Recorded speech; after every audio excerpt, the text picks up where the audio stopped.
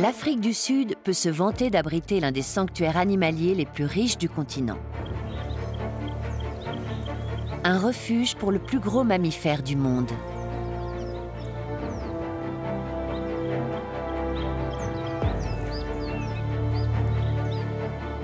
Un sanctuaire animalier immense, sur terre et en mer, a été créé pour la protection des éléphants.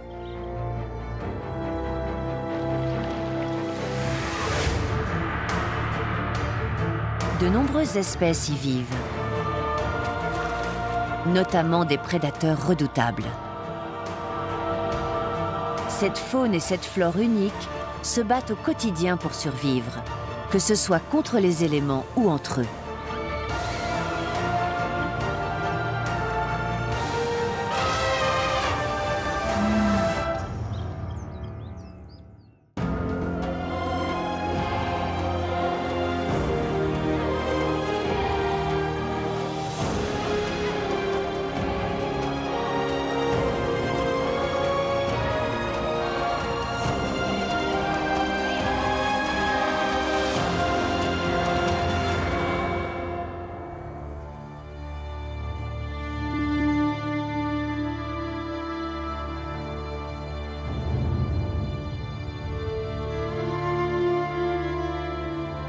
Le parc national des éléphants d'Ado se trouve sur la côte sud de l'Afrique. Ce large couloir qui part de l'océan s'étend vers l'intérieur des terres.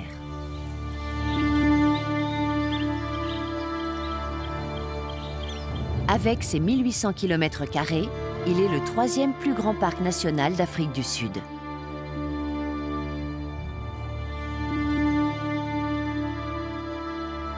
Au sud, des îles accidentées surgissent de la mer. C'est là que vivent des centaines de milliers d'oiseaux marins. Elles sont entourées par des eaux chaudes pleines de vie.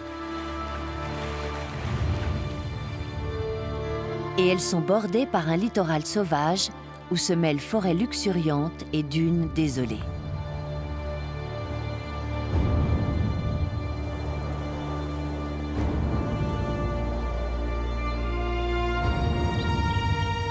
Au nord se trouvent de vastes zones sèches avec de grandes plaines qui s'étendent jusqu'aux montagnes Zurberg. Au-delà de ces montagnes, les terres sont desséchées.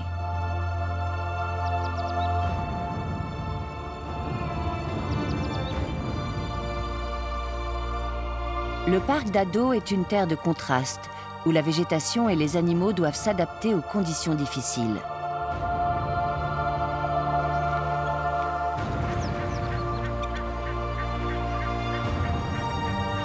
L'animal qui vit au centre de ce paysage est au cœur de l'histoire du parc.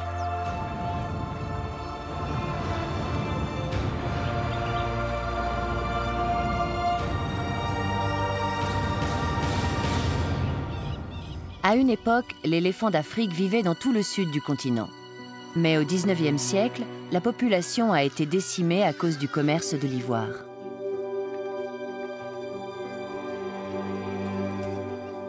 En 1931, il ne restait plus qu'11 éléphants dans cette partie de l'Afrique. Il fallait agir. Des terres ont été choisies pour créer un sanctuaire pour ces derniers survivants. C'est ainsi qu'est né le parc national des éléphants d'Ado. C'était une mesure de sauvegarde vitale.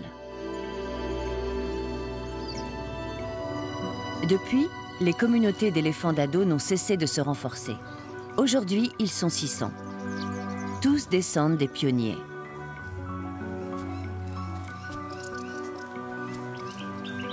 Mais ce sauvetage in extremis a laissé des traces. Contrairement aux autres éléphants d'Afrique, plus de 90% des femelles n'ont pas de défense. Les éléphants se servent de leur défense pour se protéger, montrer leur domination et creuser. Mais ici, les femelles doivent faire sang. En effet, par le plus grand des hasards, les 11 individus qui peuplaient le parc ne portaient pas le gène déclenchant la croissance des défenses. Néanmoins, cela ne constitue pas un handicap pour ces femelles. Ces troupeaux prospèrent. Le taux de natalité est très élevé et leur population explose. Aujourd'hui, le parc d'Ado peut se targuer de posséder l'une des plus grosses populations d'éléphants en Afrique. Le cœur du parc est un paradis pour ces géants majestueux. Des points d'eau sont disséminés un peu partout sur les plaines.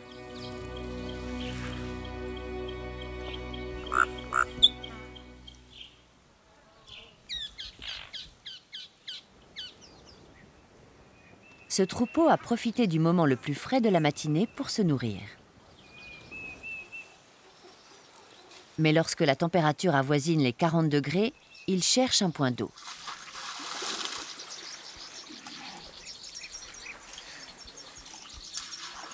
C'est la plus vieille femelle qui dirige le troupeau. On l'appelle la matriarche. Elle guide sa famille pour trouver de la nourriture et de l'eau. Les plus jeunes aiment se mouiller. Avant de boire, ils s'aspergent.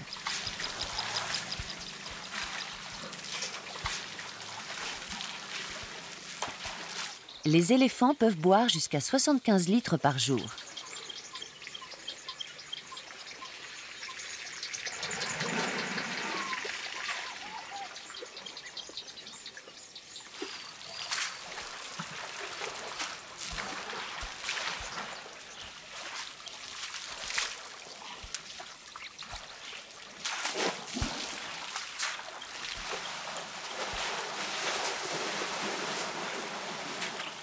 La boue froide leur permet de faire baisser leur température.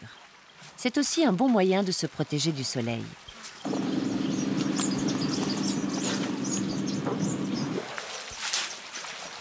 Cela dit, il faut s'en méfier. Les mères doivent surveiller leurs petits. Le niveau d'eau est bas pour les adultes, mais les petits peuvent s'y noyer. La boue est profonde à certains endroits. Mais les petits veulent avant tout s'amuser. Ce qui ressemble à un jeu est en réalité une épreuve de force importante. D'ici quelques années, ces jeunes mâles devront s'affronter pour la domination et pour gagner le droit de s'accoupler. Pour le moment, leur comportement joueur leur permet de se divertir.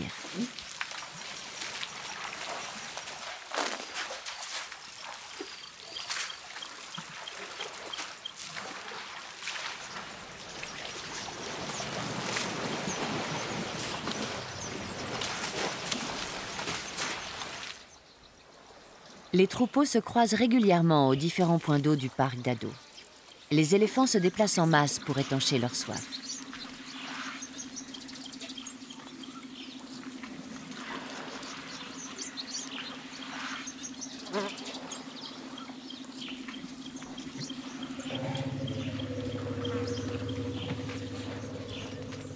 D'ailleurs, ils ne sont pas les seuls à venir. Toutes les créatures, petites et grandes, ont besoin de ces points d'eau.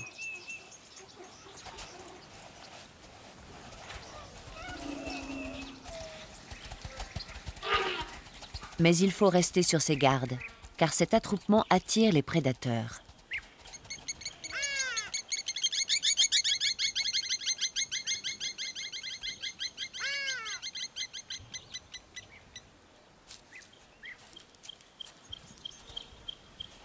Après une pause rafraîchissante, la matriarche amène sa famille dans les buissons.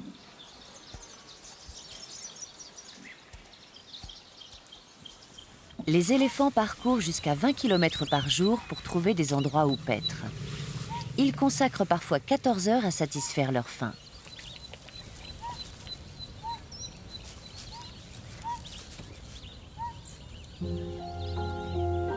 De nombreuses zones du parc sont recouvertes d'une plante qu'on appelle la Portulacaria afra ou le pourpier en arbre. Ses feuilles charnues sont tendres et nourrissantes. Les éléphants l'adorent. Et ce n'est pas une relation à sens unique. En se nourrissant ici et là, les troupeaux cassent beaucoup de branches et les écrasent sur le sol. Ces branches prennent alors racine et de nouvelles pousses apparaissent. Mais le succès de la Portulacaria afra ne tient pas qu'aux éléphants. Fait rare, elle est capable de créer sa propre nourriture. Les plantes ont besoin de soleil et de dioxyde de carbone pour pousser. Mais lorsqu'elles absorbent du dioxyde de carbone en plein jour, de l'eau s'échappe des petits pores sur leurs feuilles. La Portulacaria afra absorbe tout le dioxyde de carbone et le stocke la nuit quand il fait frais. Elle l'utilise la journée pour la photosynthèse lorsqu'il y a de la lumière. Cela signifie que ses pores peuvent rester fermés pendant les journées très chaudes. Elle conserve ainsi un maximum d'humidité. Grâce à cette adaptation à un environnement sec et à la contribution des éléphants, la Portulacaria afra fructifie. Ces plantes au cœur du parc d'Ado nourrissent le plus gros mammifère terrestre, mais elles servent également d'habitat à de plus petites créatures.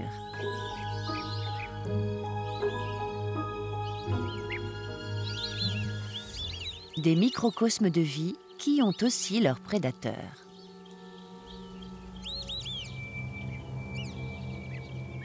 Des nids d'araignées sociales.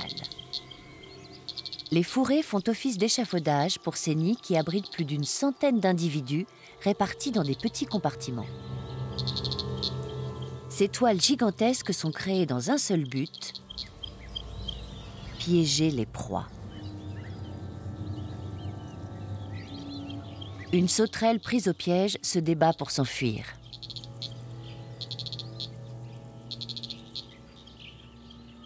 Très vite, les vibrations poussent les araignées à agir. La sauterelle a des pattes puissantes. Elle doit être maîtrisée rapidement avant qu'elle ne s'échappe. Les renforts arrivent à la hâte.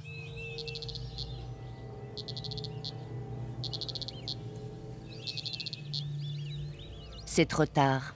Fin du combat. Le venin immobilise la sauterelle et commence à digérer son corps. Les araignées chassent rarement en groupe, mais cette espèce, qui ne mesure que 14 mm, n'a pas d'autre choix que de recourir à la coopération pour vaincre sa proie.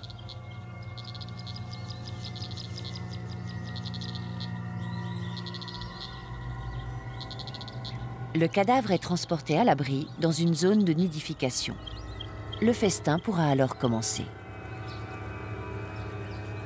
Il y a beaucoup de mandibules à nourrir, c'est donc chacun pour soi.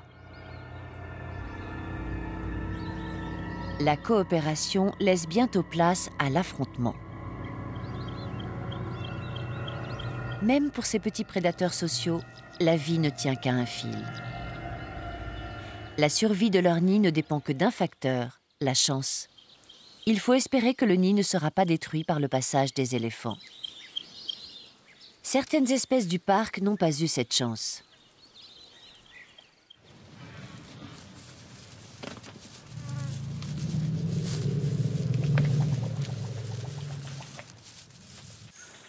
Les Portulacaria afra s'accommodent des éléphants qui paissent, mais ces derniers sont maintenant si nombreux que les plantes qui n'ont pas réussi à s'adapter sont menacées. Le nombre d'aloès diminue à mesure que la population d'éléphants augmente. Certaines espèces ont même disparu. Un animal de 5 tonnes provoque de gros dégâts lorsqu'il traverse les fourrés. Il écrase et déracine les espèces les moins résistantes. Celles qui ne sont pas capables de produire de nouvelles racines, contrairement à la Portulacaria afra, paient le prix fort. Cela dit, cette destruction permet de créer un passage pour les autres animaux.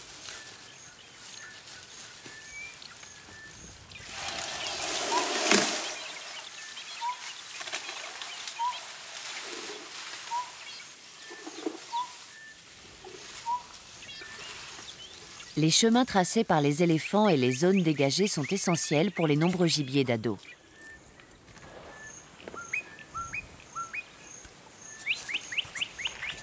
Comme ces koudous, beaucoup d'espèces dépendent des éléphants pour dégager le paysage. De nouvelles opportunités s'offrent alors à elles dans les buissons impénétrables de la Portulacaria afra.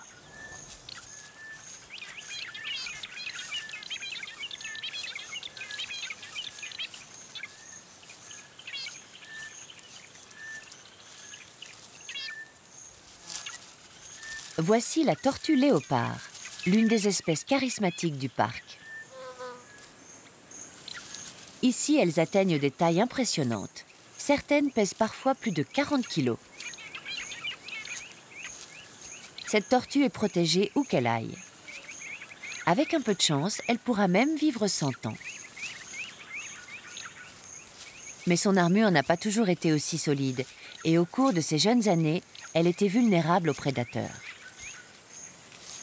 Pendant cette période dangereuse, les buissons du parc d'Ado lui ont permis de se cacher.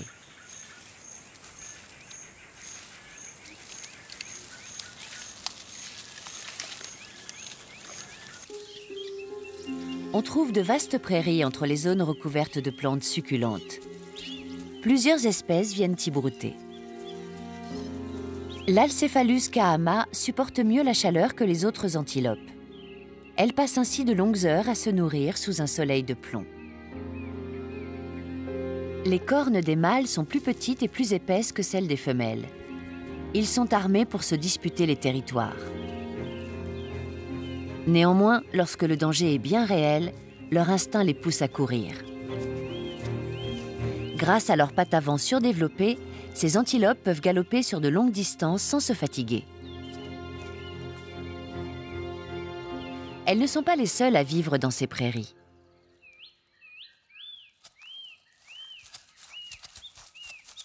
Une multitude de créatures profitent des zones dégagées par les éléphants.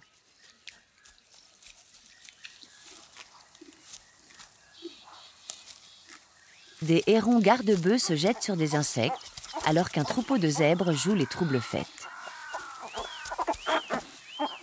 En véritable brouteur, le zèbre des plaines ou zèbre de Burchell se nourrit exclusivement d'herbes. Ses lèvres sensibles rassemblent les brins d'herbe entre ses incisives puissantes. Il coupe l'herbe au ras du sol. Il digère rapidement cette herbe. Par conséquent, il obtient un rapport en protéines suffisant, même quand l'herbe est dure ou pauvre. Mais avec cette digestion rapide, les zèbres doivent constamment recharger leur batterie. Même dans ces pâturages nourrissants, ils passent 60% de leur temps à manger, de jour comme de nuit. Et leurs compagnons à plumes ne sont jamais loin derrière.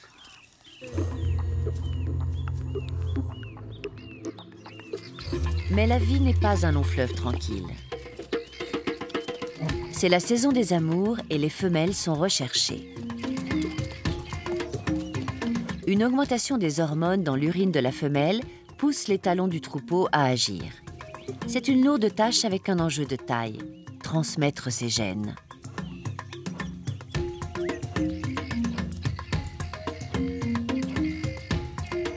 Les zèbres ont souvent recours au contact physique tendre pour créer ou renforcer des liens. Les mâles adoptent un comportement encore plus doux lorsqu'ils courtisent les pouliches. Parfois, ils se toilettent en se frottant et en se mordillant le cou et le dos.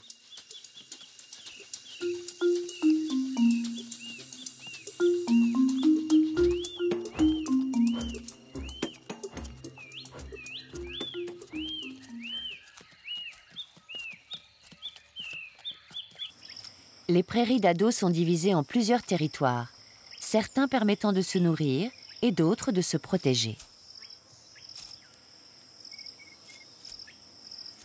La vie de famille a ses avantages et ses inconvénients. Cette mangouste jaune veut manger. Elle cherche des insectes.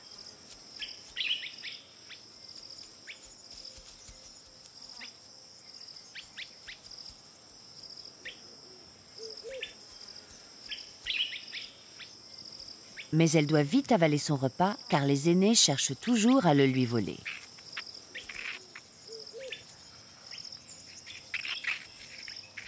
Il faut se soumettre rapidement si l'on ne veut pas que la bagarre dégénère.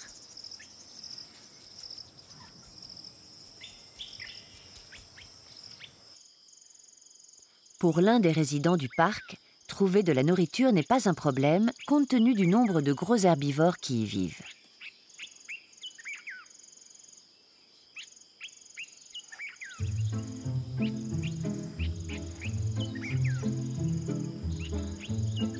Il s'agit du bousier Circelium bacchus.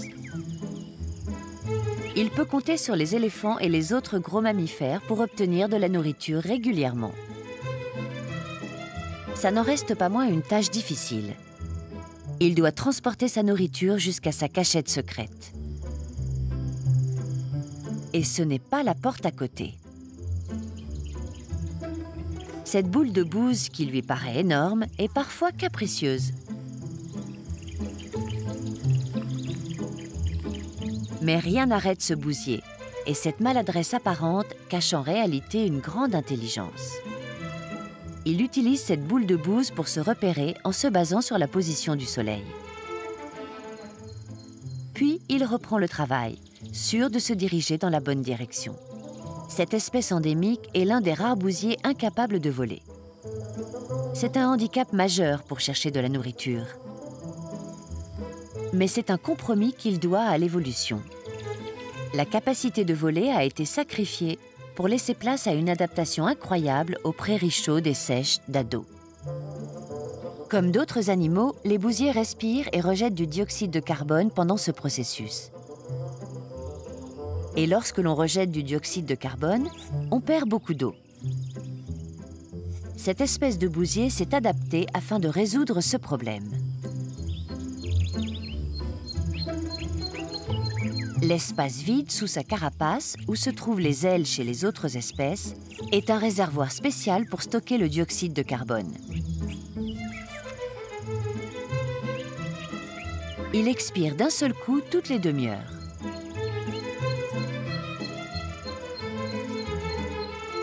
De cette manière, il conserve une quantité importante de vapeur d'eau et évite la déshydratation. Pour ces bousiers, la bouse est une source de vie, à tel point qu'ils en font des nids où ils pondent leurs œufs. Les déjections des éléphants d'Ado ne servent pas à cet effet. Seule la bouse de buffle leur convient et ils ont de la chance car il y en a plein le parc.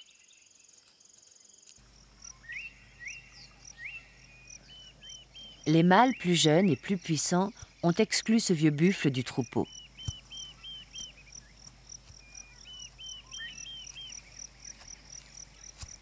Il finira ses jours seul dans les prairies d'Ado, à moins qu'il ne rejoigne un petit groupe de vieux mâles comme lui.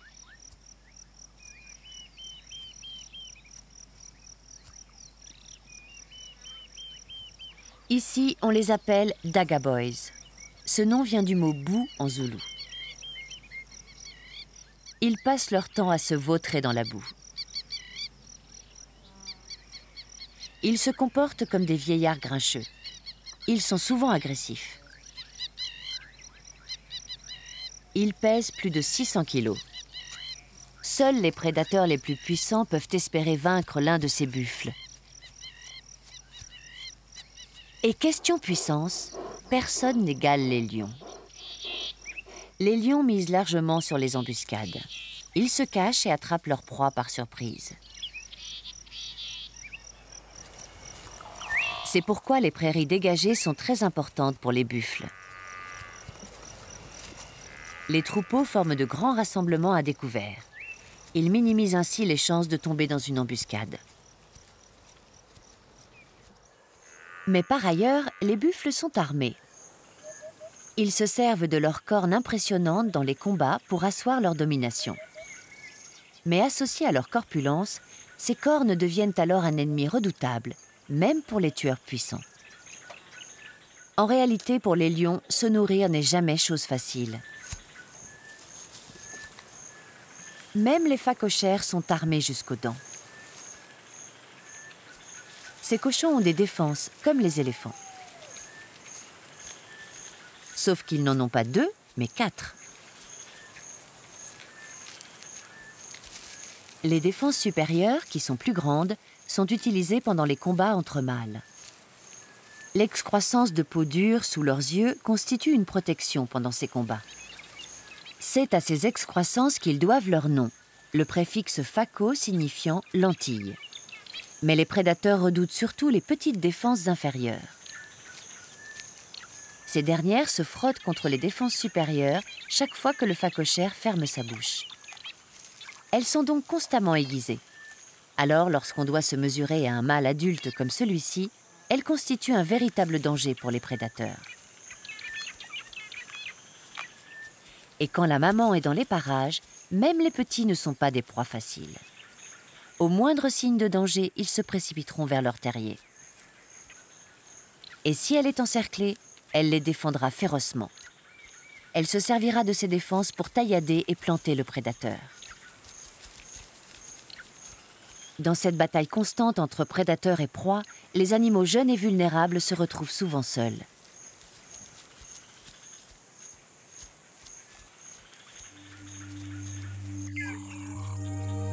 De nombreux prédateurs vivent dans ce parc. Que ce soit le roi, le lion,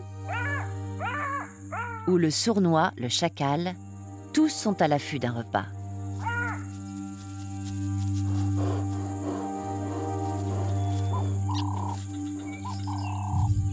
Ses frères sont ensemble depuis qu'ils ont quitté leur troupe lorsqu'ils étaient jeunes. Ils coopèrent pour contrôler leur territoire et passent la plupart de leur temps ensemble.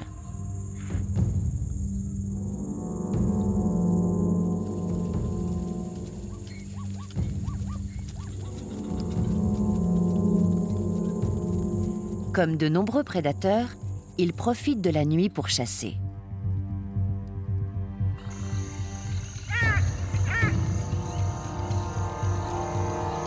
La nuit tombée, les prédateurs du parc ont un avantage considérable sur leur proie.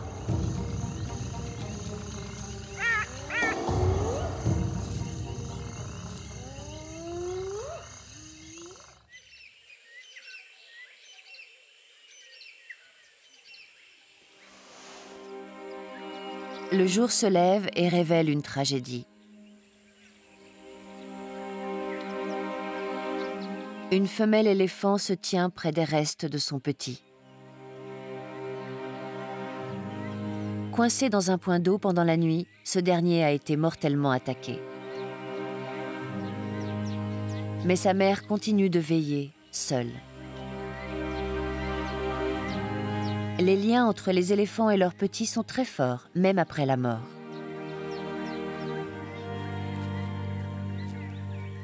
Cette jeune femelle aurait pu passer les 9 prochaines années aux côtés de son petit, sans jamais s'éloigner à plus de quelques mètres.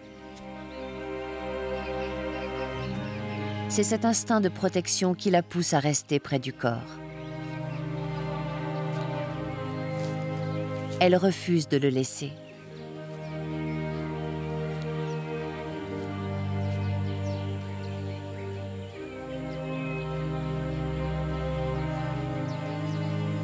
Une femelle du troupeau s'approche de la jeune mère. Elle renifle avec hésitation.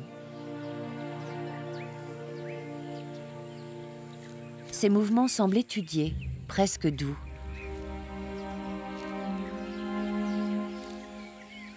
Les éléphants passent leur vie ensemble et ont donc des liens très forts. Chacun s'occupe même des petits de l'autre.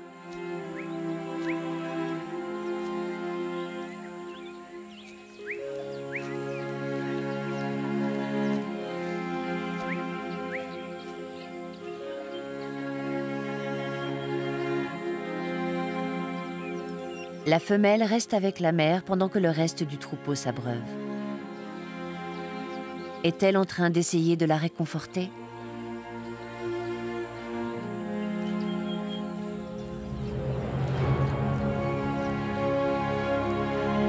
Elles sont bientôt rejointes par d'autres éléphants. Toute la famille semble partager la tristesse de la mère.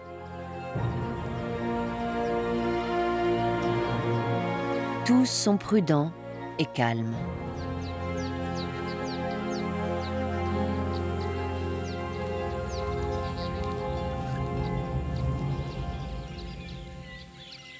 En cas de danger, les éléphants se regroupent souvent autour des individus vulnérables. Cette femelle est bien trop grosse pour subir une menace physique, mais ils sentent qu'elle a besoin de soutien. Et ils la soutiennent de la seule manière possible pour eux, en restant proches d'elle.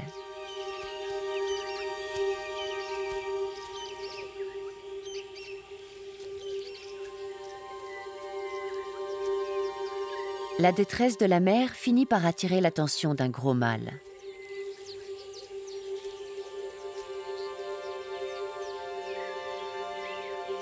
Du bout de sa trompe, il lui touche la bouche.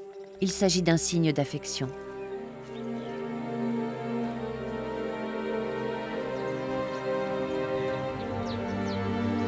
Serait-ce le père du petit?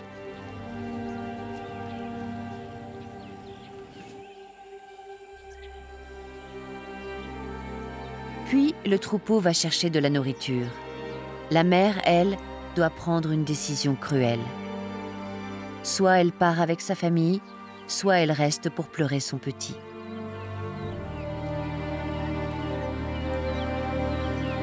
Son instinct lui dit de rester, et le mâle l'accompagne.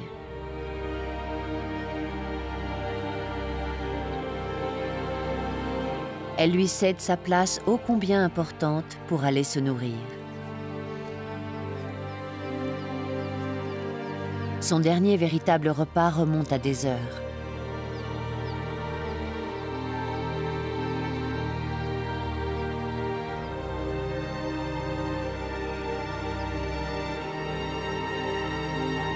Mais au bout de quelque temps, sans qu'elle s'en rende compte, le mâle part pour aller se nourrir.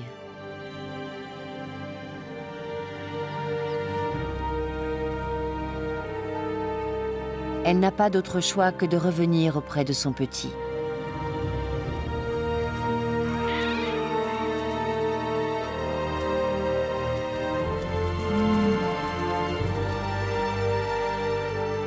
La coopération au sein d'un clan est souvent essentielle à la survie. Néanmoins, les individus finissent toujours par s'occuper d'eux-mêmes. Elle a faim, soif, et elle est épuisée. Mais elle refuse d'abandonner son petit.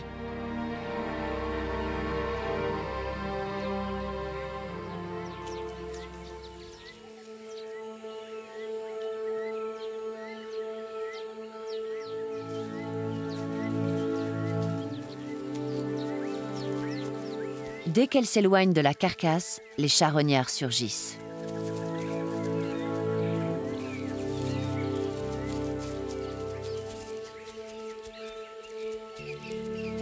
Il est arrivé que des éléphants protègent leurs morts pendant des jours.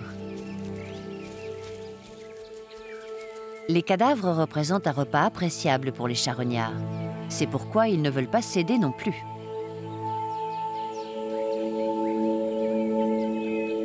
Malgré leur réputation, les chacals et les hyènes sont de bons prédateurs. D'ailleurs, ils chassent souvent par eux-mêmes. Mais ils ne refusent jamais un repas gratuit, même s'il faut attendre des heures.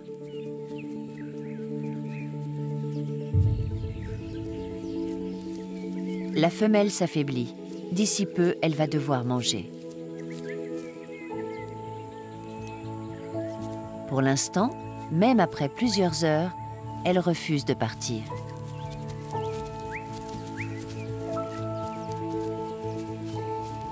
Son troupeau a poursuivi sa route et il est dans son intérêt de le rejoindre. Mais elle n'est pas encore prête.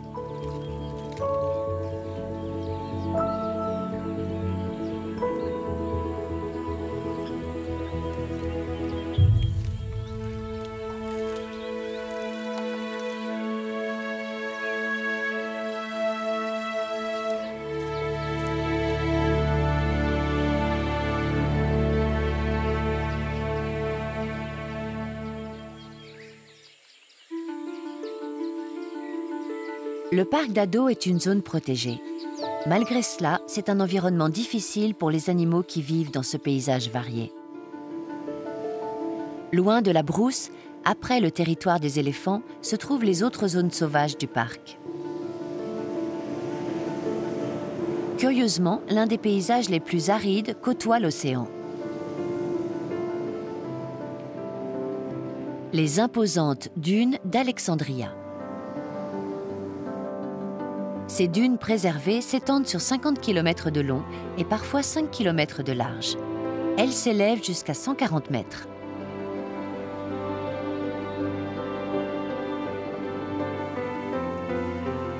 À certains endroits, elles sont si anciennes qu'elles se sont compressées jusqu'à former des couches solidifiées.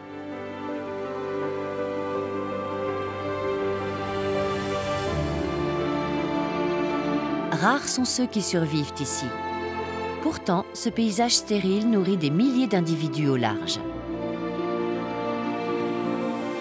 Malgré les apparences, on y trouve de l'eau.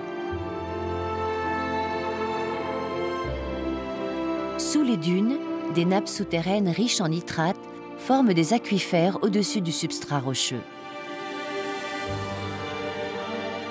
Lorsqu'elles se sont suffisamment accumulées, ces eaux débordent. Elles ruissellent des dunes jusqu'à la mer.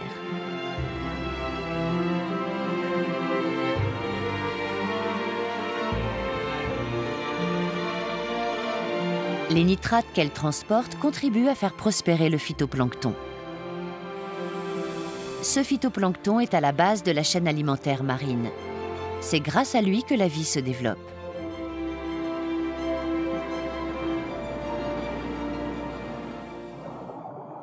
Les eaux le long de la côte d'Ado sont parmi les plus riches d'Afrique. Elles nourrissent une diversité d'espèces incroyable.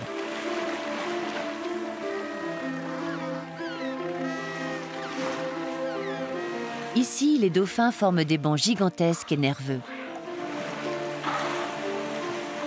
Ils sont accompagnés de la deuxième espèce de géant du parc d'Ado, la baleine franche australe. Comme les éléphants, ces baleines ont été chassées par l'homme et ont failli disparaître.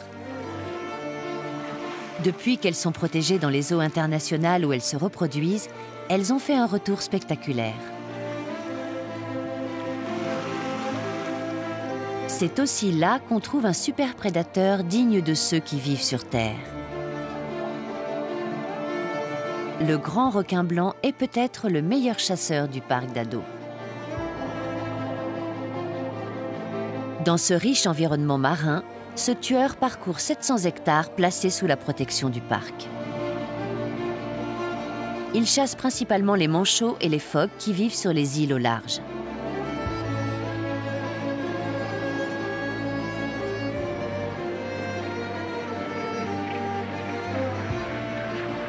La côte abrite également la plus grosse colonie de fous du Cap du monde. L'abondance de poissons a permis à cette colonie de se développer. Près de 200 000 spécimens vivent sur la bien nommée île des oiseaux. Ils disposent d'un endroit sûr pour élever leurs petits.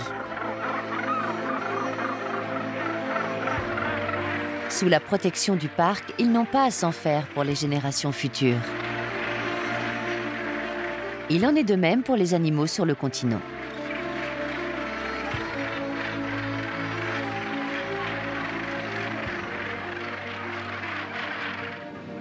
Le littoral sauvage d'Ado semble bien loin des zones enclavées à l'intérieur des terres. Pourtant, ces environnements sont liés. L'océan amène de l'eau sur Terre grâce aux courants atmosphériques. L'air humide venant des eaux chaudes de l'océan Indien s'engouffre à la pointe est du parc. Les forêts primaires luxuriantes de Woody Cape sont ainsi arrosées. Les plantes qui aiment l'ombre et la moiteur fructifient dans ce microclimat humide. Il fait frais dans cette zone protégée. Ce climat permet à la vie de s'y développer de façon inédite dans le parc. L'air marin s'enfonce dans les terres et apporte de l'eau aux plantes et aux animaux qui en ont bien besoin dans la brousse. Néanmoins, il existe un endroit où il ne pleut pas. Les courants atmosphériques humides s'engouffrent dans les terres, mais ils se heurtent à un obstacle, les montagnes Zurberg. Les courants ascendants refroidissent et se condensent, provoquant ainsi des précipitations sur les versants côtiers. Tandis que sur les versants intérieurs, il y a une ombre pluviométrique. Dans ces zones arides que l'on appelle ici Thirstlands, on enregistre 225 mm de précipitations par an. En été, les températures caniculaires atteignent 45 degrés. Ici, les plantes n'ont pas eu d'autre choix que de s'adapter pour survivre. Et à ce jeu-là, aucune ne bat le forbe. L'astuce est d'économiser l'eau. Les branches de l'euphorbe poussent à la verticale, de sorte que lorsque le soleil est à son zénith, il ne tape que sur l'extrémité étroite de la plante. Elle perd donc moins d'eau à cause de l'évaporation. Les branches stockent également une grande quantité de liquide sous forme de sève laiteuse. Ce réservoir de liquide est toxique et immangeable pour la plupart des animaux. La plante n'est donc pas mangée.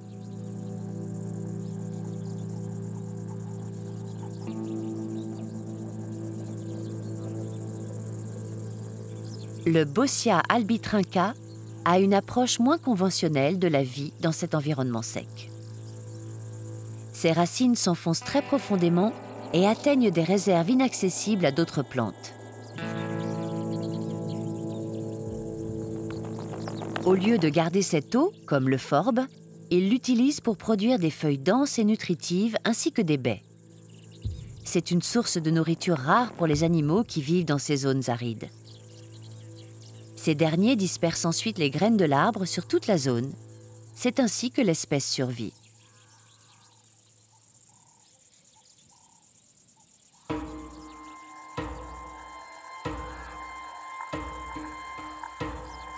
Peu d'animaux sont capables de survivre dans cet environnement. Mais le zèbre de la montagne du Cap en fait partie.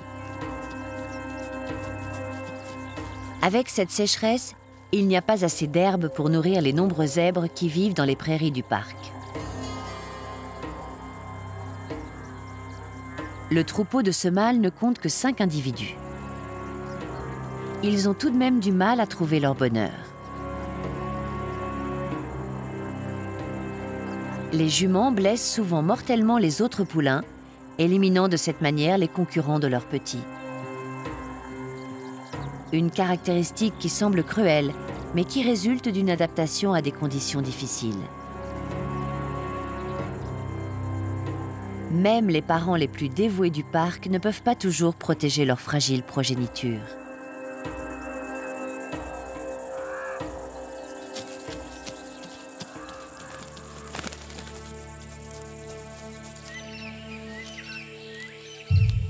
La jeune mère a passé près de 2 jours à veiller le corps de son petit.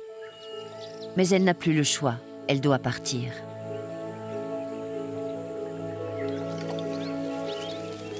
Épuisée et affamée, son instinct de survie la pousse à aller manger et boire.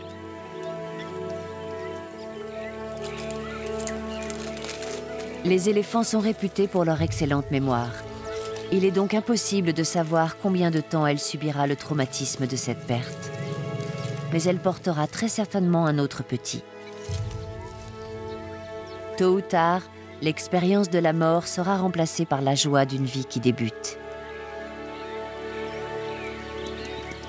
En général, les éléphants donnent naissance tous les 5 ans. Mais puisqu'elle a perdu son petit, cette femelle sera en chaleur plus tôt que prévu. Sa grossesse devrait durer un peu moins de 2 ans.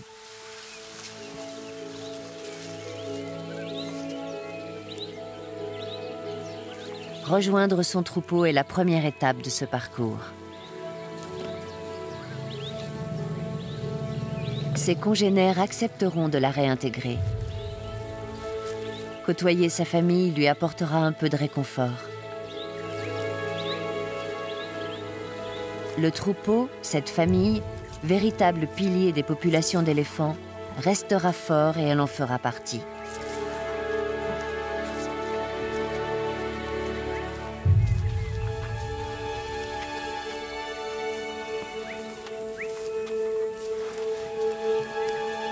Ces petits et ceux des autres ont encore de beaux jours devant eux dans ce parc incroyable.